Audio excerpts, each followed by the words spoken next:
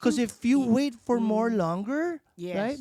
Not only that we could see, again, the market is still volatile, we might see the rate to go up again, but take the advantage, take the opportunity. Oo nga, kasi Diba? ganito Right? yung mga hindi nakabili during COVID, Tama. okay? Oo. Ito na yung chance ninyo Yes. ulit. Oo. Bumalik na siya after Oo. 4 years. Oo. Because of all this, like uncertainty that's happening, Yeah. in our Yeah. economy. Itong tariff na to, hindi natin And alam. with the Oo. US, Oo. and with all the, other layoff na nangyayari. Yeah. Oo. Basta ang importante, Alvin, Yes. stable yung trabaho nila. Yeah. And kung Yun kaya, lang naman. kung kaya, 'di ba? Kung Kung kaya. qualify, kung kaya, Correct. why not, 'di ba? What are we waiting for? Kasi nga there's only 3 reasons why sometimes buyer doesn't want to go for to buy a home. 2 things.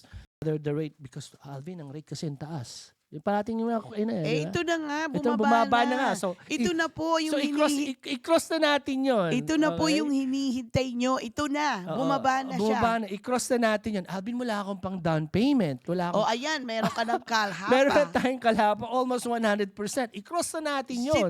You mean, gobyerno pang Gobyerno magbibigay ng pa. down Ang ganda payment? pa ng rate. Teka muna, yung closing cost, mababayaran yan, hindi? No, grant yun. Grant. yun. So it's a Pwedeng, combination of grant tsaka, and, yung, Okay. So, cross na natin yun, di ba? Okay. Okay, are you waiting for the market to crash? Come on, guys. Let's be real.